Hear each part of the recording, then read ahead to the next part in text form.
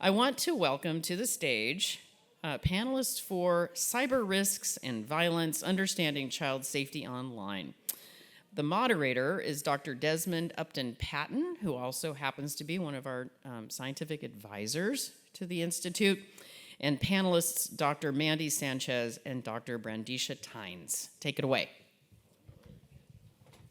Good morning. Good morning. All right. It's good to see you. We are thrilled to be with you today. So again, I'm Desmond Patton. I'm the Brian and Randy Schwartz University Professor at the University of Pennsylvania, and thrilled to also be a scientific advisor for Children and Screens. And so we want to thank you for joining us today for what I know will be a powerful and I think necessary conversation. So I think we're all here because our digital worlds are not neutral. Online spaces are extensions of our neighborhoods, our classrooms, and streets, carrying the same structures of racism and misogyny and bias that shape young people's lives offline. But unlike offline spaces, these harms can follow youth 24/7, interrupting their development and mental health and sense of safety. And at the same time, we also know that youth use these platforms to express themselves and build community and find joy.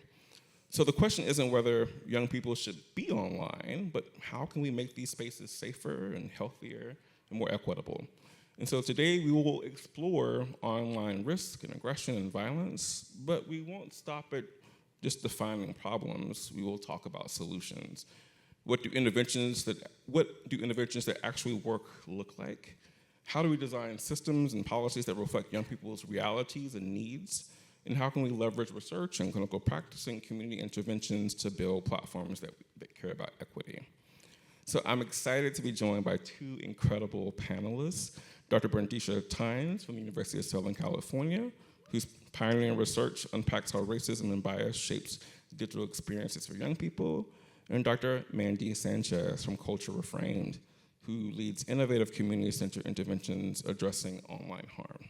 So together we will name the challenges and push towards practical, justice-centered solutions to support youth in the digital age. So to kick off, this is a question for both of you. Please share who you are and your work, and one burning question that keeps you up at night about youth equity and online harm. What is the big question you're trying to answer in your work right now? So we'll start with Dr. Sanchez. Okay, thank you so much. Good morning. Thank you so much for having me. I'm very honored to be here. My name is Dr. Mandy Sanchez. Mandy is great. And I am the Director of Programming at Culture Reframed. We are an international nonprofit organization started by Dr. Gail Dines, who's a pioneer in our field, working to stop all of the harms of hypersexualized media and pornography to children. So let's see, I got started about 20-some years. I know, I was just saying, I have a 13 and 17-year-old, and when I said 17, I was like, but yes, so parent first, mom first, and I got started about 20-some years ago researching the harms of pornography to women and children.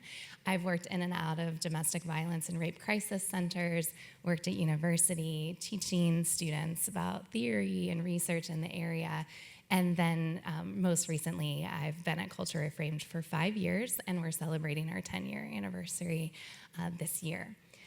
So lots of burning questions, but the first one really that we focus on at Culture Reframed is how do we build resilience and resistance in youth to hypersexualization and pornography?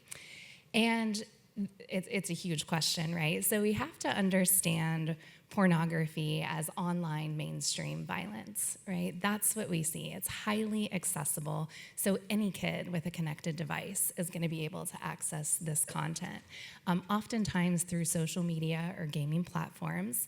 And we know that 1 in 3 kids before the age of 12 is going to be exposed to porn.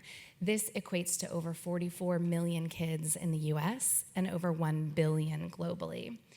So we have to understand and raise awareness about the harms of pornography and know what it is that we're talking about. So the content that is presented is often misleading, degrading, objectifying, and this really shapes the perception of consent and relationships and violence to kids at a really young age. It undermines the whole person health of young people, so every facet. And we have 4 decades of research that show these harms. So much like the tobacco industry, when they neglected to talk about the harms of porn or harms of tobacco on their products, we're trying to force the hand. Sorry, there's my voice. I was at a baseball tournament yelling for my 13-year-old. And on the last day, I was like, I should stop yelling. Okay. But this is a multi-billion-dollar, largely unregulated industry that is predatory on our kids. So it's hijacking kids' sexuality, their sense of self, their authenticity. And where we go to answer that question is really what the last panel talked about, meeting youth where they are. So it's really important to do that, but also to provide the critical analysis that's necessary through our research. So show them how we do that instead of telling them, because then they'll be bored to tears. And also at Culture Reframed, we are research-backed and science-based. We're a secular organization, and we take a public health approach to the issue because we believe this is a public health problem. Thank you. Yes. Thank you so much. Dr. Tynes? Hi, everyone. I am really excited to be here with you to connect on my research. I am a developmental and educational psychologist who studies the racial landscape that adolescents navigate online and how their race-related experiences are associated with academic, behavioral, and mental health outcomes. I started out just examining discourse in AOL and Yahoo chat rooms in 2001. And what we found in these AOL chat rooms was that race was very much an important part of the conversation, even though scholars at the time were saying the internet was gonna erase race and all of the social ills that are associated with it, right? And so we're finding that race is very much important to young people and that they're building their racial identities in some of these online spaces, but also when they're in unmonitored chat rooms, you see racism come out, right? And so we were able, my research team and I were able to conduct the first study that showed what we call online racial discrimination is associated with poor mental health outcomes in the form of depressive symptoms and anxiety. So this is 2008. And since then, I felt like an urgent need to help educators, mental health practitioners, and researchers to understand just how heinous things can get in these online spaces.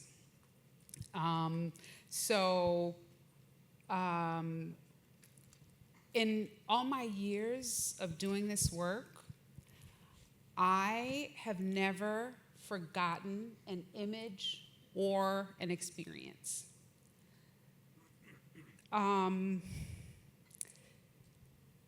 They replay in my head the representations of Black people as animals, the threats of violence, and they would pop up like at unexpected times. Somebody pays me a compliment. Somebody says something positive about Black women, or at one time it was President Obama, and then I'd see the racist image like in my head. And so if I, as an adult who studies these issues, had a hard time managing the experiences, what about our kids? And so the thing that keeps me up at night is how do I design a program or intervention that would help young people to thrive in the face of these negative images. And so I was lucky enough to receive the NIH Director's Transformative Research Award in 2023, but we've been working on this for, well, since 2010. I've tried to get funding to do it, and finally got a decent amount of funding to create a digital literacy and mental health platform. And so I want to radically rethink how we support young people's mental health and how we prepare them to be in digital spaces and to interact with digital material.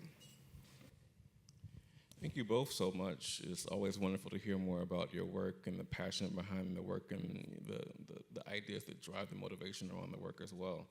So my approach for our conversation today is to go deep, and so I'll have 2 questions for each of you, and then I'll ask you a couple of questions that you all can just chime in around, and then we'll open up questions for everyone else as well.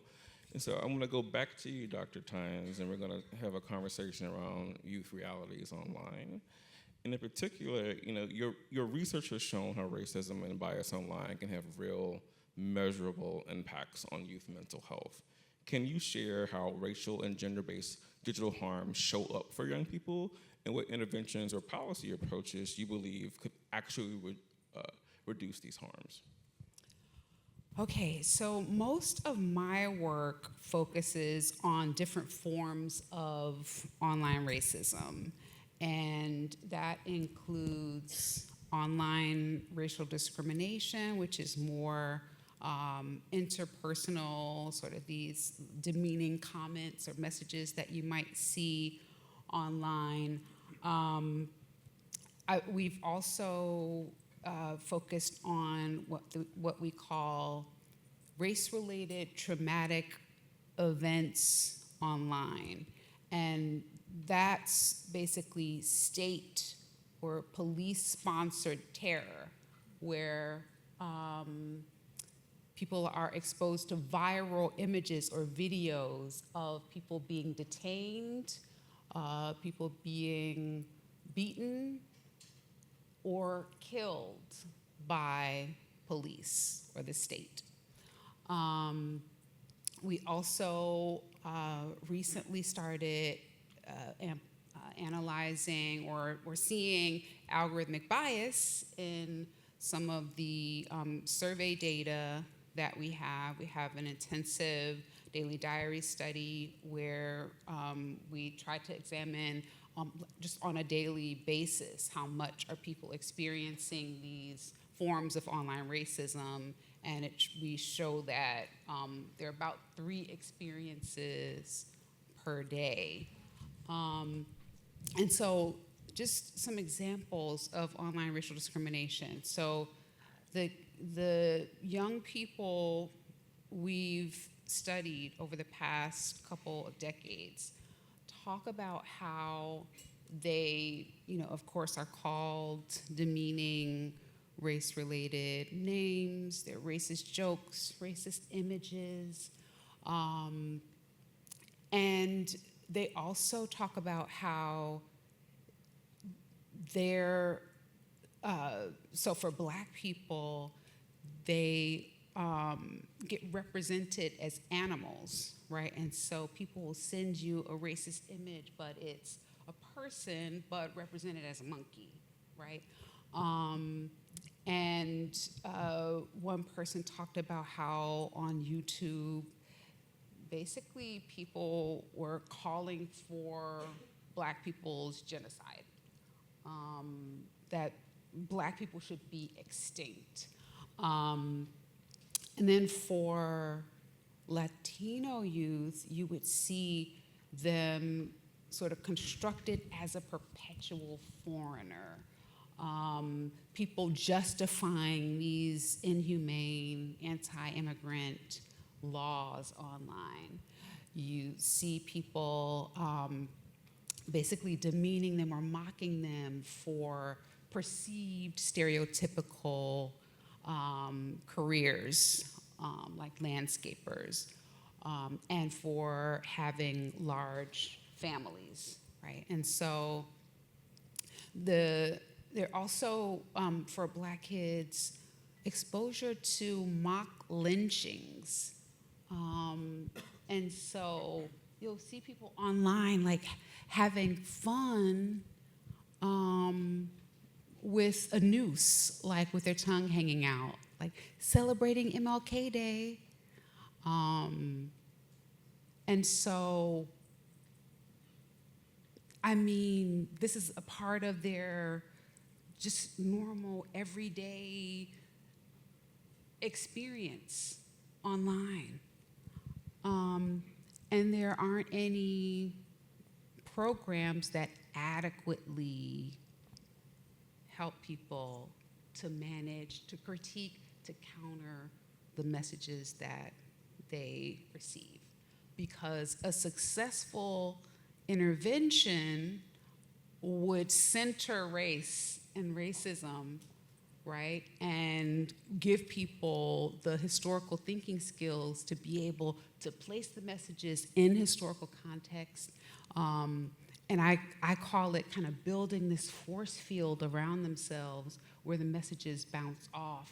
And I think to do that, they need more historical context, right? And to be able to design a successful intervention, you need years of training in Black studies. You need training in the histories, cultures, and development of young people. But a lot of the programs you see, the digital literacy programs, are basically like, be kind and courageous. That's not gonna help you. That's not gonna help you when somebody shows you a racist image, right? And so our intervention is it centers young people. It's co-designed by young people. And we center their strengths. Like our team, it's a 42-member team. We have deep knowledge, like years of training on our potential users, histories, their cultures, their development. And so we're able to tap into the strengths that they'll bring to the program, to the platform, and leverage those strengths when we train them to navigate this material that they'll come into contact with the more they're online. So, I'm sorry, I don't know of any successful intervention, so I'm creating one. Yes. We appreciate you for that. Yes, clap for that. So one of the things I think that resonated loud and clear was your partnership with young people through co-design experiences. And I know that Dr. Sanchez, you spent a lot of time thinking about community-driven interventions. And so I would love for you to talk about your work at Reframed that centers real-world community-driven interventions. What does it take, from your vantage point, to move from research to online harm to programs that actually protect and empower youth in their communities? Yeah, so it takes a lot of research and propping up those in the field that will do this kind of research. Money, it takes a lot of money. But I also believe it takes a public health approach where everyone's invited to the table, right? So we can't have this without everyone else, without partnerships and alliances.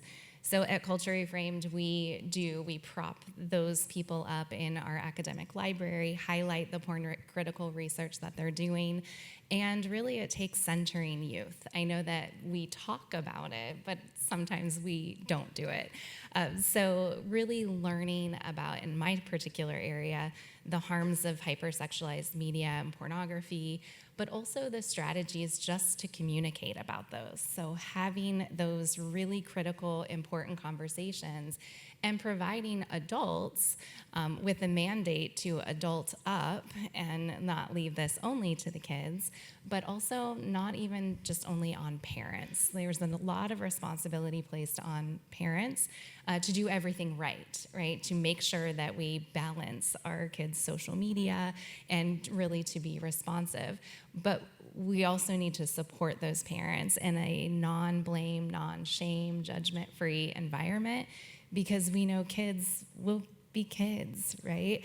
And they access and go around boundaries all of the time. So we have created programs that really focus on the macro to the micro and then back again. So many of our programs, including the sex ed curriculum, is anti-exploitation based, right? So we have an anti-exploitation framework that we start from and then funnel down from, because without a really critical analysis of exploitation, what it looks like online, these things become normalized, right? And we're not seeing it and calling it out for exactly what it is. So we also have to counter the hegemonic approach to this empowerment thesis, this idea that porn or hypersexualization for young kids could be empowering.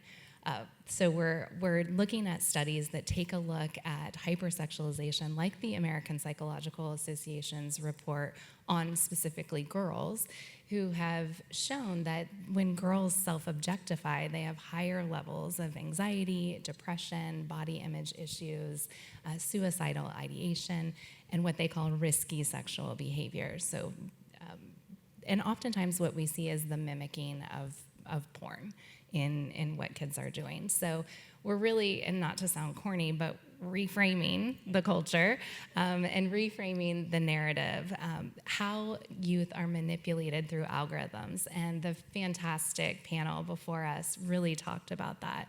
Kids don't want to be manipulated. When they realize that they are, they're ready to go, right? They're ready to stand up and say, we don't want our sexuality, our lives hijacked by a multi-billion-dollar industry that only cares about the bottom line.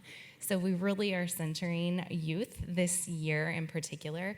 We've done about 3 to 4 years of research, just what does it take to have a youth advisory council?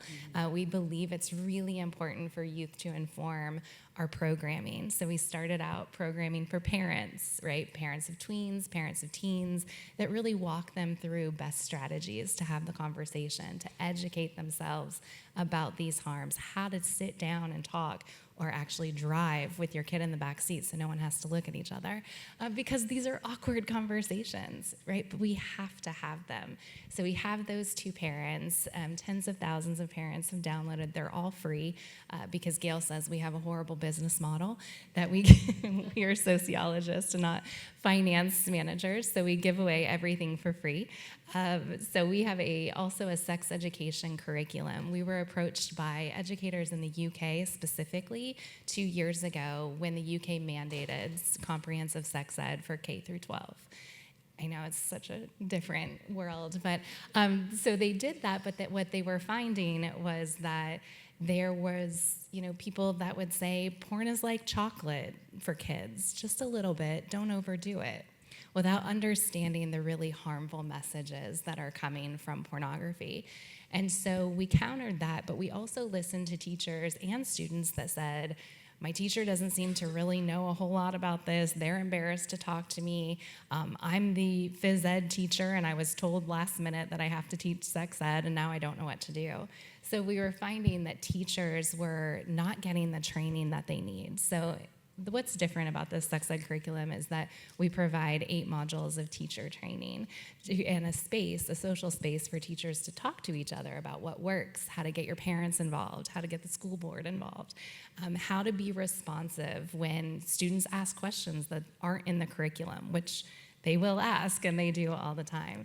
We also set up talking with kids about what do you want to learn about, right? And what are the kids that are, what are we learning from this, and who's being left out of the conversation? So we specifically look at LGBTQ youth and race and all of these different ideas about how kids learn and how they learn this information best. So those are our programs, but we've also, I want to mention that we've worked with child advocacy centers across the United States, because the child advocacy centers were reporting an increase in child-to-child sexual assault. And they weren't asking questions about pornography. They weren't asking about exposure. And when they started asking, it was unbelievable the numbers of kids that drew their experiences back to pornography. So before, we used to think if a child came in and had been sexually assaulted, we were thinking there must be abuse in the family, right? That's what our child advocates were saying. And now, in the last 3 years, what they're finding out is that that's not always the case. We have to look at the content of what they're seeing online and how they're learning from that. And so we also see research like Debbie Herbernick's out of IU on strangulation. So this idea of sexual choking that has been mainstreamed and normalized, where 1 in 4 18 to 24-year-old American girls are saying that in their last sexual experience, they've experienced sexual strangulation, or what they call choking. So when we have choking memes on social media and our 7 and 8-year-olds are asking questions about how to safely choke someone in their first sexual experience, we have to provide a different kind of education, right? We have to get to the root of what is happening. So we developed programs and training and education for our child advocacy centers that have outreach to parents and to other professionals, also with clinicians as well.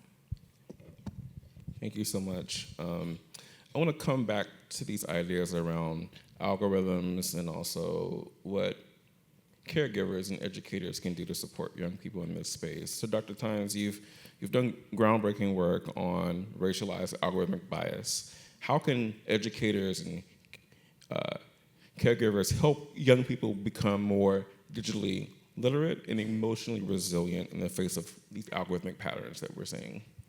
So we're actually developing a part of the platform that teaches AI literacy, and we help people to understand the large language models that can inform what you see with biased algorithms, right? And so I think it's really important for young people, again, to understand how racism can be baked into the data, and that can sort of inform the different types of outcomes that you might get with the algorithms that are used across platforms. And so it will take a good amount of time to help people to understand what racism is, and then also just to get the background on what AI is and how the data, depending on the type of data that is used, you can have these differential outcomes.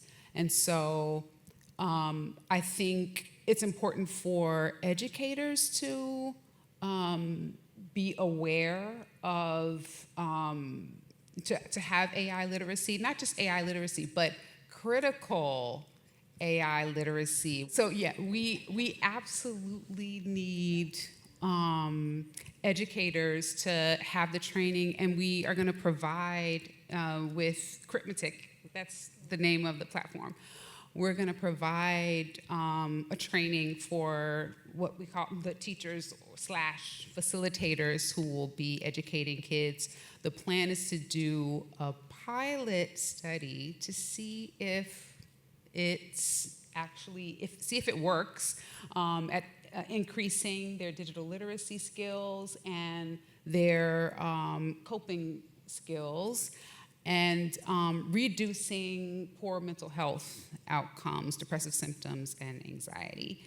And then we hope to eventually be in every school that will take us.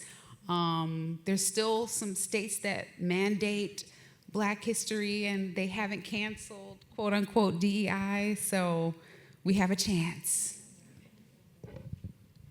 Super excited about your platform and can't wait to hear more about it for sure.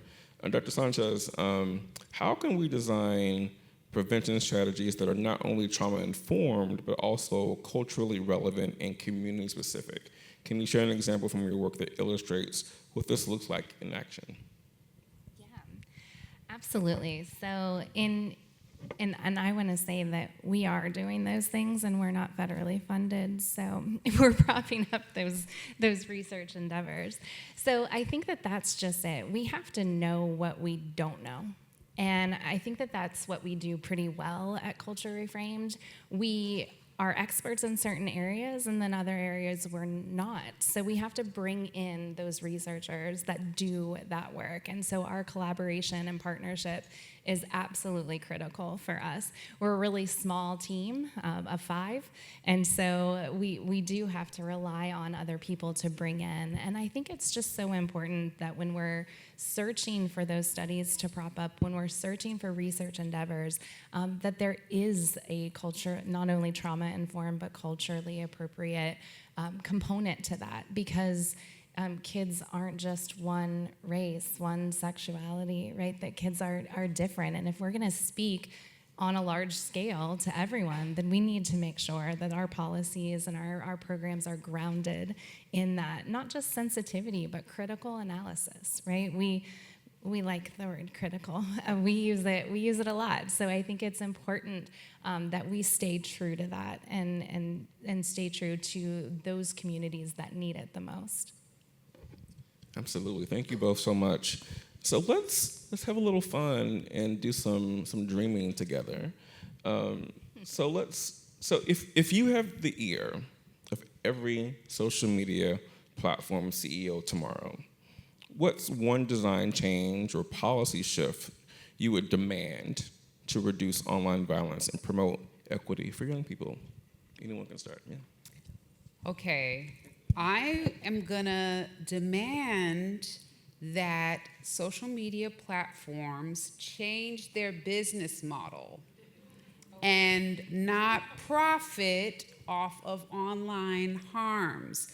I bet that they could make an equal amount of money or more by centering well-being and having having likes about well-being and things that foster a positive identity, like actually fuel their bottom line rather than viral videos of people getting killed.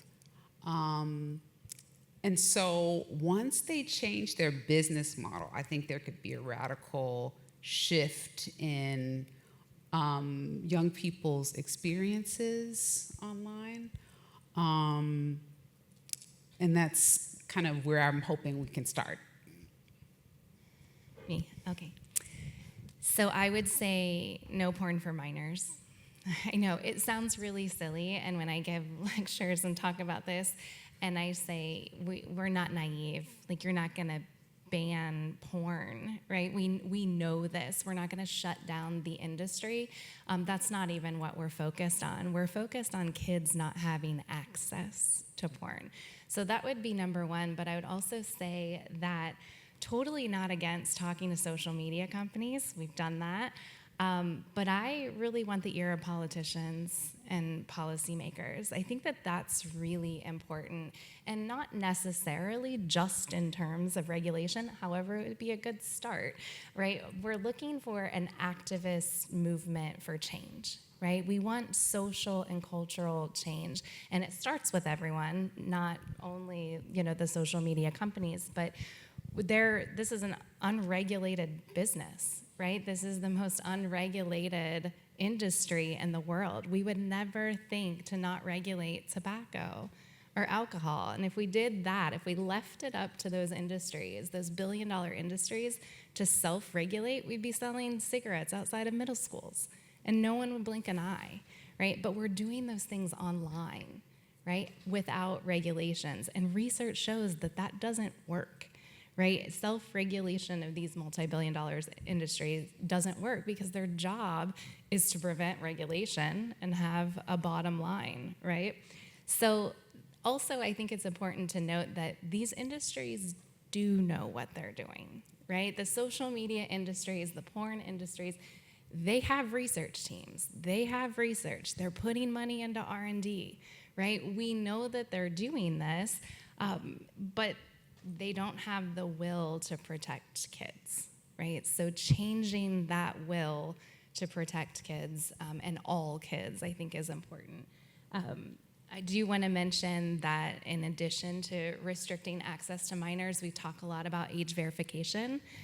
We totally support age verification for minors' access to pornography.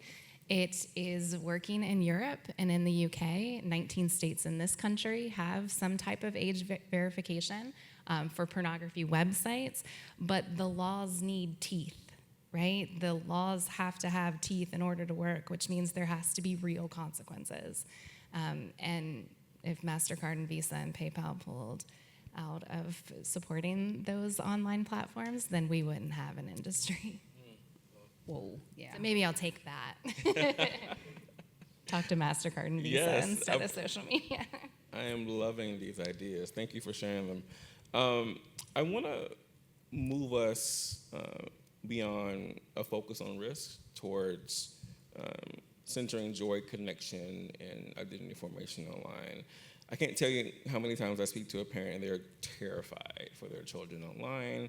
They don't know which questions to ask. They're afraid of what's happening in the world and just want some support and resources. And so I'm wondering if you all could talk about how can we balance protecting youth from harm while not removing their agency and autonomy and the joy that they're probably finding online as well.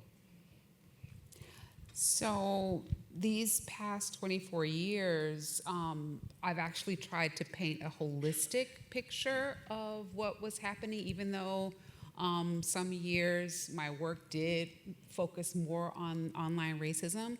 But at the same time, you have these wonderful opportunities to learn about different cultures, to learn about your own culture, to connect with people who aren't like you. If you're from a neighborhood that's all one group, you can go into different spaces online. I would see it more sort of cross-cultural connections when I was examining like AOL, and then sort of MySpace and Facebook groups. But then with social media, people tended to just connect with people who were in their offline networks. But still, with the social media platforms that kids are going on to, they have access to scholars who teach them how to critique racism. They have access to peers across the country who are doing videos about issues, about current events, and they are learning. And I think in some ways, this is why we're seeing some of these bans of social media platforms, because there's so much learning about contemporary issues, about racism, about our history that they're not getting in schools. And so we really want to make sure that we're helping kids to be in spaces where they have opportunities to learn from other folks, because there are many. I mean, we have a nationally representative study where we see people talking about where they learn how to critique racism, and it's people online. And oftentimes it's, Black people who are leading the way, Black women leading the way, and, other folks sort of also supporting them and basically teaching the world how to be savvy about racism and racial issues. So lots of opportunities for young people, and I wouldn't sort of ban, their use or limit their use of the internet because of those opportunities and all the positive things that come from being online. Yeah, sure. So I think that it is also important to keep in mind that goals of social media and the porn industry is really to strip kids of their authenticity and their agency, right? And give it back to them in prepackaged versions, right? Because there's so many scripts that kids are learning, but there's one main script in pornography. And when you're following a script, you're not exercising agency, you're not exercising autonomy, and most of the online mainstream porn is violent, so there's not a whole lot of joy in that either. So I think that the filler into that is we also need comprehensive porn critical sex education in schools to fill in those gaps, and a really robust critical digital media literacy. I think that is so important. And I do agree. I think that restricting or banning this access without talking to kids and saying, what are you getting from this? What are you learning? And even having conversations about what they're learning from people online. So I think not being exploited is authenticity and agency, right? And when you learn that you're being exploited, that strips you of those essential human qualities. So I think that this is the ultimate source of agency and joy, is really building foundations for healthy and safe relationships. If we can do that, if young people learn how to do that, and we provide the space where young people are able to do that, then I can't think of a more joyful moment for kids. Love that. Thank you so much. So I have one more question, and then I think we'll have time for a couple of questions from the audience. So let's pan out to the future. What emerging trends or technologies are you excited or concerned about when it comes to youth and online risk, and how can we prepare to meet those challenges proactively? What am I excited about? Well, I'm both excited and deeply worried about AI and young people's creativity. So I read an article that talked about how AI was going to rewrite history, and I'm very nervous. When I use AI, I have to use it because I study it. Chat is wrong 80% of the time. They even cite, so chat knows who I am. He knows I'm a researcher. And I'll say, well, I'll do deep research on a particular issue. And he will have the nerve to cite me incorrectly. I'm like, chat, what's going on here? He'll be like, my bad. So I want to, with Critmatic, help kids to understand you have to be an expert to use AI.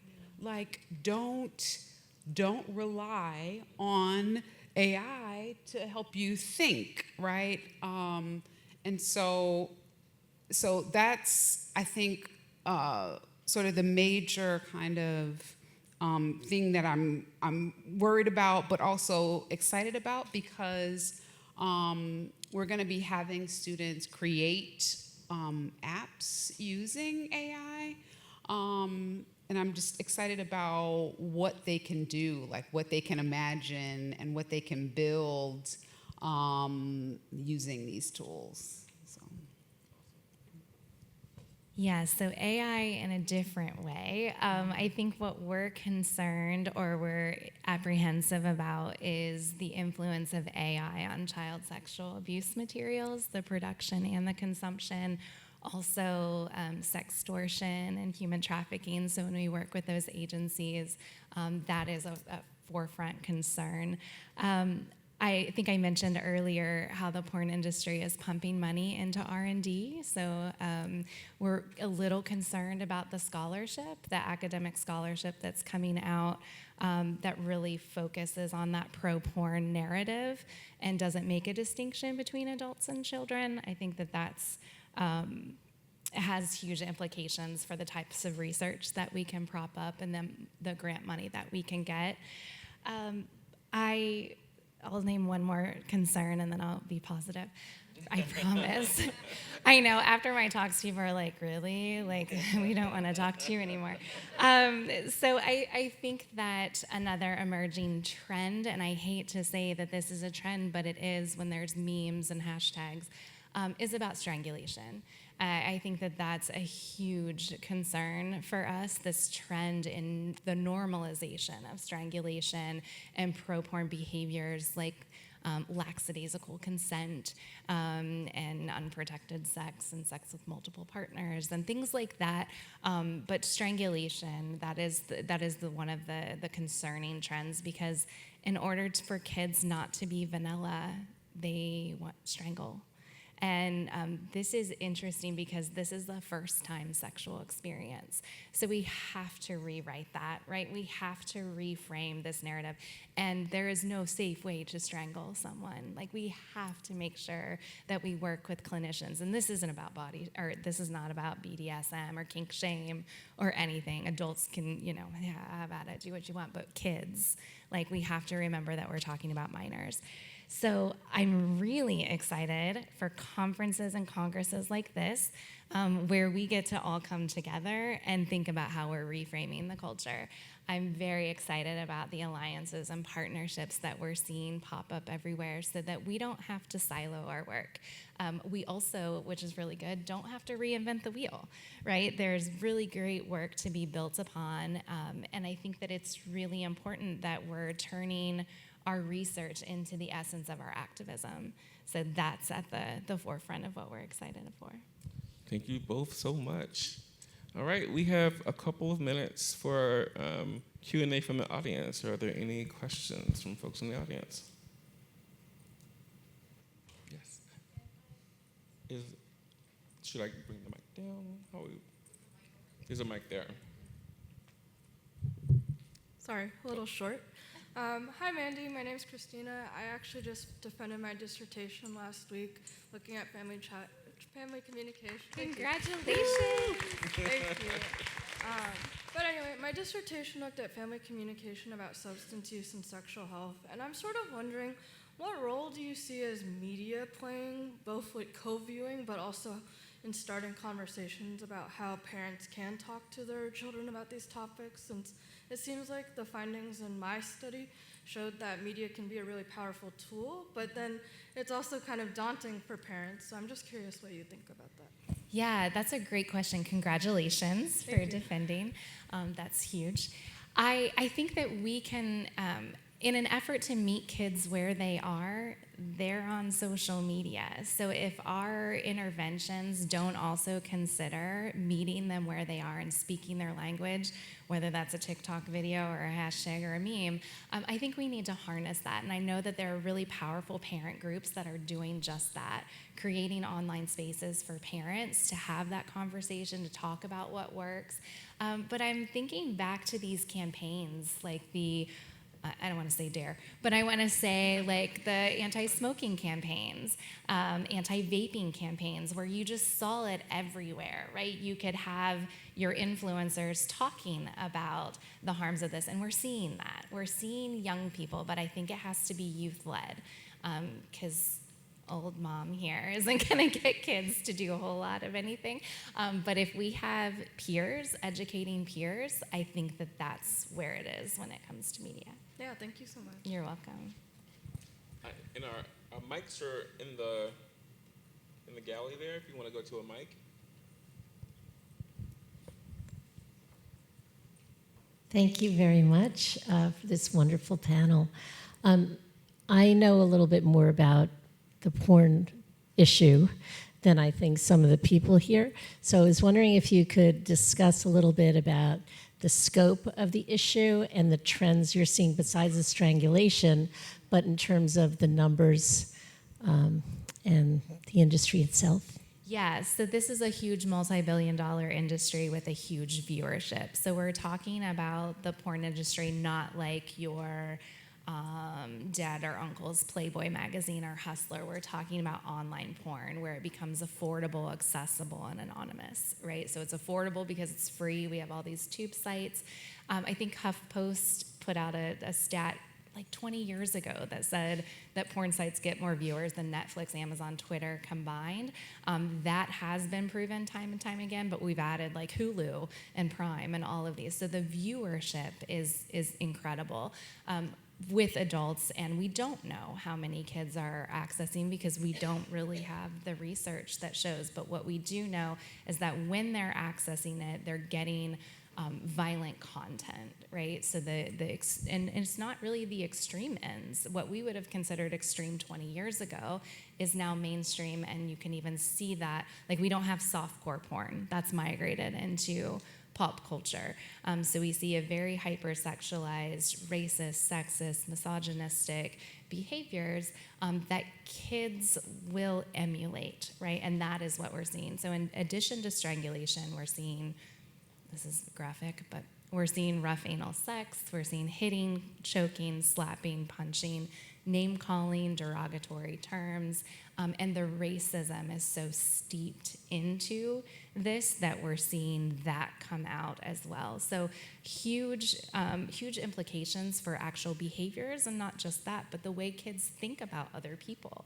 They think about themselves and sexual behaviors, what they think is going to be expected of them for their first-time sexual experiences. So it's really, when we talk about the industry hijacking their sexual scripts, that's what they're doing. Thank you. My name's Emily Hawes. I've been a teacher librarian for over 20 years, and I've raised 5 kids. So my question is about rehabilitation, because I have seen devastating effects of porn and many other things social media has to offer with my own children and students that I've lost. What, if any, research is being done on how to help kids that have already gone down that road, and how do we get them back? That is such a great question, and congratulations on 5 kids. I only have 2, and I think I'm struggling. So that is an area that we need much research, right? And that is something that we're constantly trying to get more than anecdotal evidence on. What are those long-lasting effects? What do we do when kids go down that deep dark hole? So we do look to addiction studies. I know addiction is not a word that we like to throw around lightly, but we would look at that. But we're also seeing that kids are malleable, like their brains are malleable. We learn things and we can unlearn them. So this is not a throwaway generation. This is not a throwaway population. I think we need to be super focused on how do we reconnect with what's authentic about ourselves and rewrite those sexual scripts so that they become about healthy communication beyond consent, right? Always teaching that, but body boundaries, self-love, the things that we need to be taught, that some people are like, oh, that's ushy-gushy, but hey, we're not being taught that anywhere else, and we're not being shown that in the mainstream media. So I think with those types of connections and really the self-reflection on that, I think is super important, but also accountability to everyone involved in that young person's life. We all need to be accountable for that, because kids didn't create this mess, right? And now they're swimming in it. Okay. I want to thank our panelists for sharing your insights, your courage, and your commitment to young people. I think what we've heard today is clear that online violence is not inevitable, and youth deserve better. They deserve digital environments designed with equity and safety in mind, and systems that address racism and misogyny head-on, and interventions that center their realities while honoring their joy as well. So the work ahead requires all of us, researchers and clinicians and technologists and policymakers and community leaders, to partner intentionally It requires that we listen deeply to young people and design for their well-being and not for just engagement metrics. And my hope is that you all leave today with renewed energy and practical ideas to carry this work forward wherever you sit in your ecosystem of influence. So thank you all for being a part of this conversation and for the work you will continue to do to make digital spaces safer, healthier, and more joyful for youth.